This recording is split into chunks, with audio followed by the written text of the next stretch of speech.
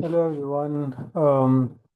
I'm Sarwan. So this video is about my it's part of the work where I discuss research from other authors. So today I'll be discussing about this paper mtPGS, which is multi-trade assisted polygenic scores. The key idea behind this work is to leverage the correlated traits to improve the genetic prediction accuracy. So let me walk you through the approach and show you how the authors achieve systematic improvement across diverse phenotypes.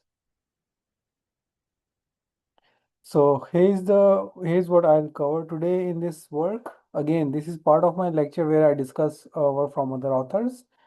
So I'll start with the motivation and the problem statement, then dive deeper into the technical challenges faced by the current methods. The bulk of the time will be spent on this mtPGS methodology and the statistical framework. And this is where the real innovation lies in this paper. I'll also touch on the algorithm implementation and show how the experimental validation is performed. And in the end, we'll discuss some of the possible future directions. So let me start by explaining why there is a need for a new approach for the polygenic score construction. So currently, polygenic score have several fundamental limitations. First, SNP effect size estimation suffer from noise.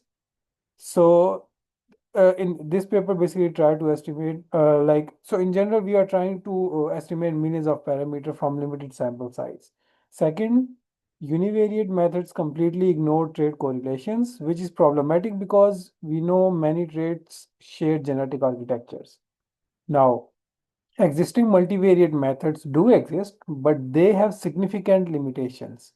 They make inflexible modeling assumptions, they ignore environmental correlations that arise from sample overlapping, and they are computationally intensive, often require MCMC sampling.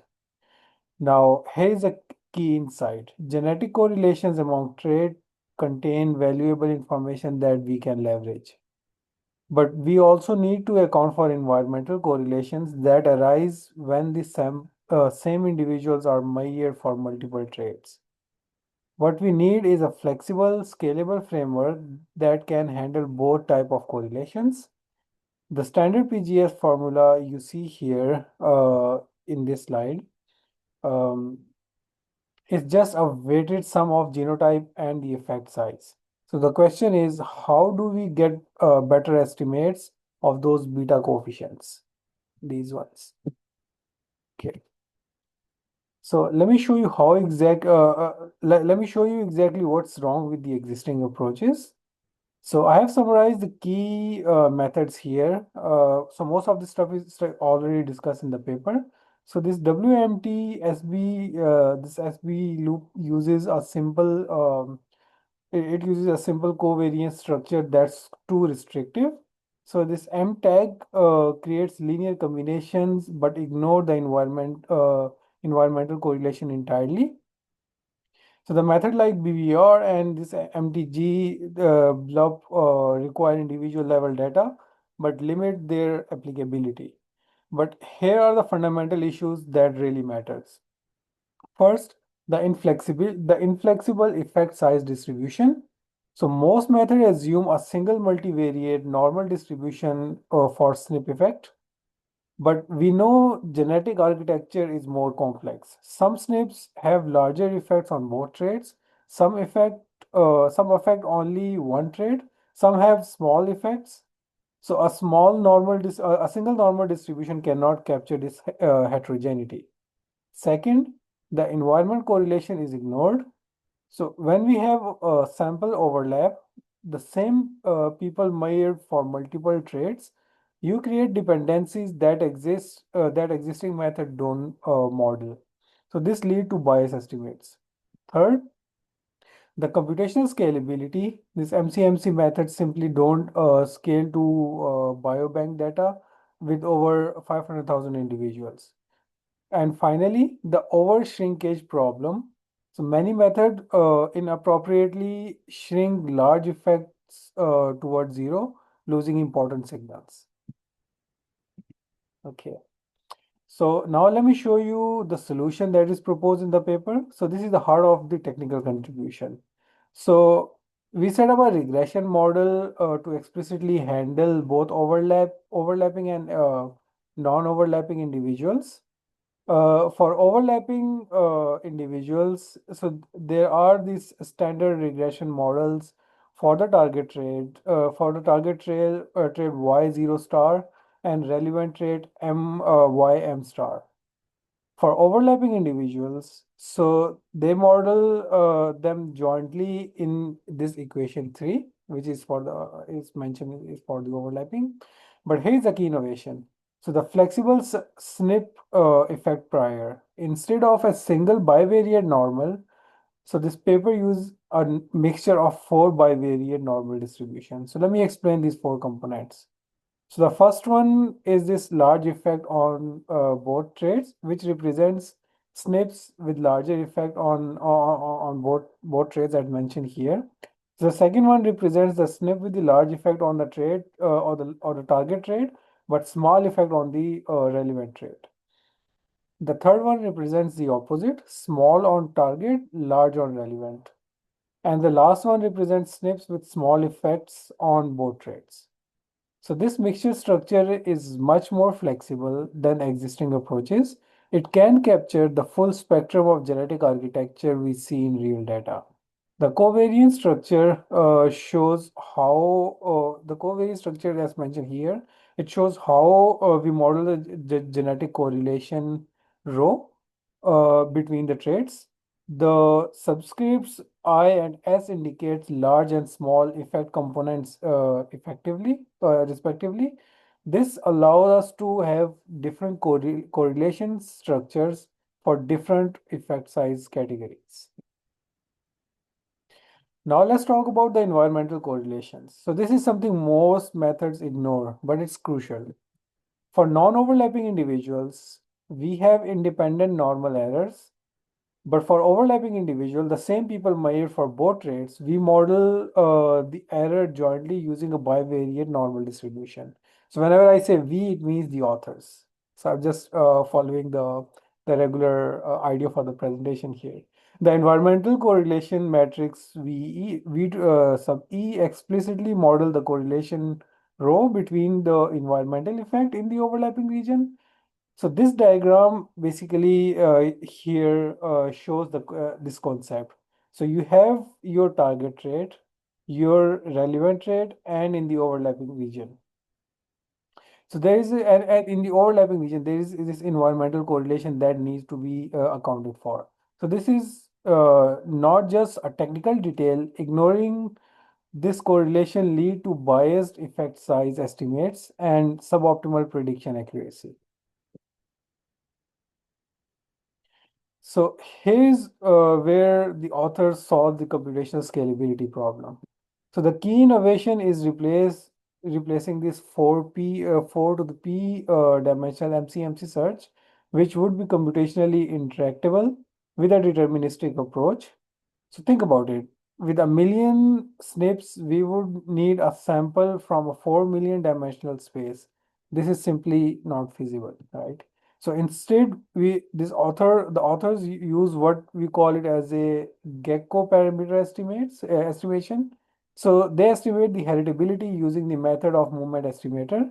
Genetic correlations come from the cross-trait LD score regression, and the environmental correlation is estimated based on sample overlap patterns. So this gives us all the parameters we need without expensive sampling. So here is the complete algorithm. So let me walk you through the key steps. So we start with GWAS summary statistics and the LD matrix. First, we estimate the heritabilities and the correlations using the gecko. Then for each trait pair, we identify the large effect SNPs using a clumping and thresholding procedure. We test the multiple p-value thresholds from 10 to the power minus 5 to 10 to the power minus 8 and the LD threshold from 0.1 to 0.25. So this partitions or snips into the large and small effects categories. The core step is solving the linear system, which is in line 9, which is in line 9 of this algorithm. This gives us our effect size estimates beta, I and beta S for the large and small effects SNPs respectively. So we construct polygenic score for each relevant trait, then combine them using cross-validation to determine optimal weights. The final output is our combined polygenic score. The beauty of this approach is that it's completely deterministic, no sampling required. So let me show you the mathematical detail of this solution. This is where the real technical work happens. So this linear system solution has the form beta hat equals this matrix expression. Um, okay.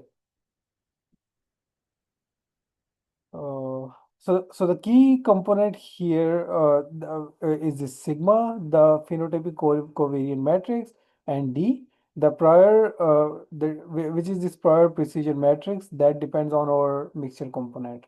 For large effect SNPs, um, we have this closed form solution, closed form expression which is mentioned here.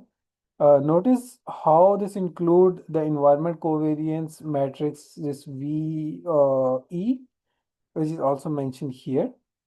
The individual level contribution from the non-overlapping samples and the LD matrix SII for the large effect SNPs.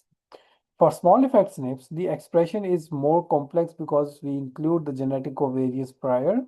The first term in our genetic covariance prior weighted by the inverse of this V hat K. Um, then we add the environmental correlation term and the LD structure. So the key insight here is that by partitioning SNPs into the large and small effects, we can use different shrinkage patterns. Large effect SNPs get less shrinkage, preserving more important signals. Small effect SNP get more shrinkage, reducing the noise.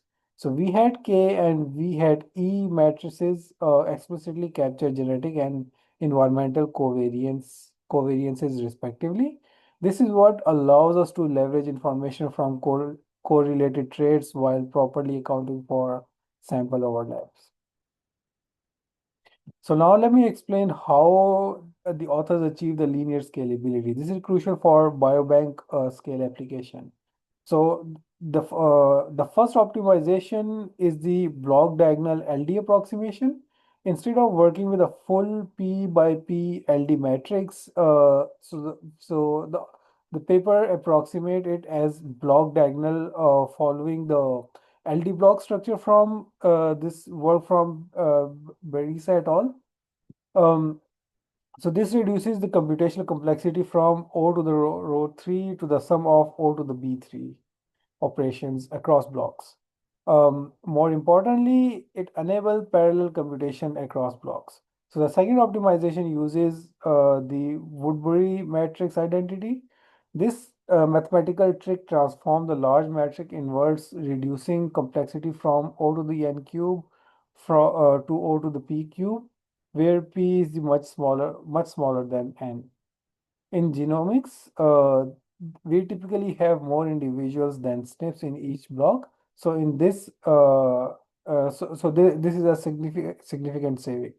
Third, we use the precondition conjugate gradient method for solving the linear system iteratively instead of explicit matrix inversion. So the authors solve this AX equation AX equal B iteratively with convergence in O square root of K iterations. So the overall complexity is linear in terms of the SNPs. For memory, they only need sparse storage for the LD matrix and O to the MP for intermediate matrices, where M is the number of traits. So the peak memory usage is around 8 GB for a million SNPs, completely manageable on a standard hardware. So let me show you how the comprehensive simulation study is performed. So the paper simulated 12,000 individuals with 100,000 SNPs using the real LD scores from the UK Biobank. So they tested three genetic architectures: polygenic sparse and polygenic sparse and hybrid. And they varied the genetic correlation from zero point 0.1 to zero point 0.9, environmental correlation from 0 to zero point 0.6, and tested different samples over patterns. So this comprehensive step allow us to evaluate the performance across a full spectrum of realistic scenarios. So here we discuss, here are the details for the genetic architectures. So the scenario one is polygenic, or where all SNPs have non-zero effects drawn from the bivariate normal. So scenario two is sparse, where only 1% of the SNPs have large effects, with 80% correlated between traits and 20% trait specific. So scenario three is hybrid, where a mixture of polygenic and sparse components which model real trade architecture more accurately. So the key results show an average 3.65% accuracy gain across all scenarios, and the performance scale with the generic correlation. The higher the correlation between the traits, the more benefit from or this multivariate approach.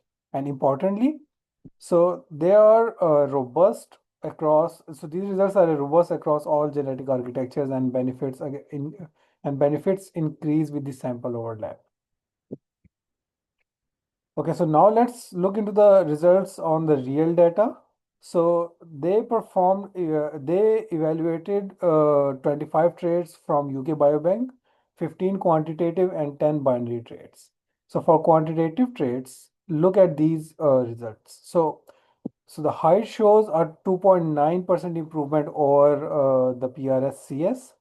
Blood pressure trait shows 5.8 to 7% improvement.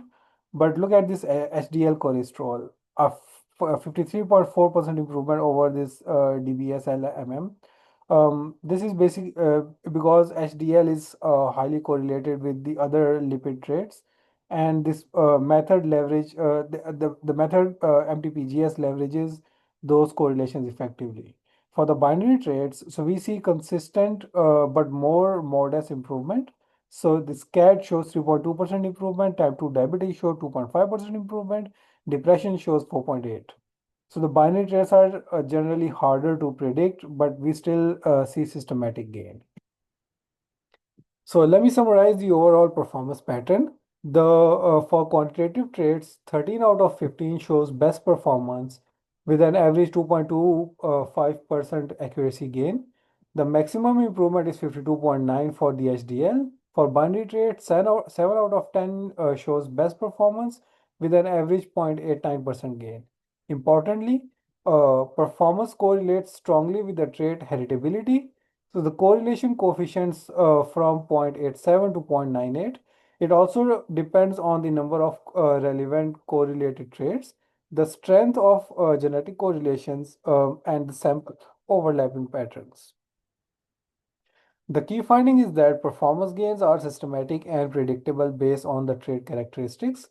This isn't just a random improvement. There is a clear pattern based on the underlying biology. So let me position this method relative to existing approaches. So mtPGS is only method that combines several key advantages. So it works with the summary statistics only. It incorporates multivariate modeling, has flexible mixture modeling of SNP data, of SNP effects, explicitly handle the environmental correlations, and it uses a computationally efficient deterministic algorithms. So other methods each have the significant limitation. So for example, this DBS LMM and the PRS CS are univariate only. This mega PRS has issues with heritability estimations. This WMT SB LEP uses overly simple covariance structure. So MTAG ignores the environmental correlations. And this mtPGS method proposed in the paper fill all of these gaps by providing a comprehensive solution to multivariate polygenic predictions.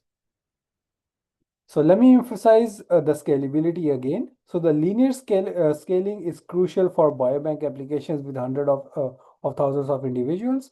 So the or optimizations, block diagonal LD, Woodbury identity, and the conjugate gradients work together to achieve this linear complexity. So the memory requirements are modest and manageable on a standard computing hardware. So this scalability enables applications of biobank data with over 500,000 individuals, which is where the future of genomic is heading. So let me just discuss what we have achieved, what this paper in general have achieved, and where we are headed now. So mtPGS successfully developed a flexible snip effect modeling, proper environmental correlation handling, a scalable deterministic algorithm, and it demonstrated a real-world improvement. So the paper also made this implementation open source, which anyone can use. And this methodological innovation include a mixture of bivariate normal, explicit sample overlap modeling, and C plus T partitioning strategy, and achieve linear computational complexity. So for the future research, there are several directions. First, incorporating functional annotations to weight SNP based on the genomic feature and the tissue-specific effects. Second, modeling local genetic correlations that vary across the genome. Third, extending to related samples and family-based studies. Fourth, multi and cis-tree extension for the cross-population prediction. So let me conclude by summarizing the key contributions. So mtPGS, this paper developed a novel statistical framework with the flexible mixer modeling and explicit environmental correlations. So this paper creates a computational innovation that achieves linear scalability and demonstrates systematic improvement across 25 diverse states in the UK Biobank. So the performance highlights are impressive: 0.9 to 52.9% accuracy gain, improvement in 13 out of 15 quantitative traits, and 7 out of 10 binary traits with a robustness across genetic architectures. The practical impact is significant for the precision medicine, risk stratification, and understanding trait relationships. So they have made their code open source available on GitHub, and the work represents a significant step forward in the polygenic risk methodology. Thank you for your attention. If you have any question, you can put a comment, and I'll be happy to discuss this further. Thank you.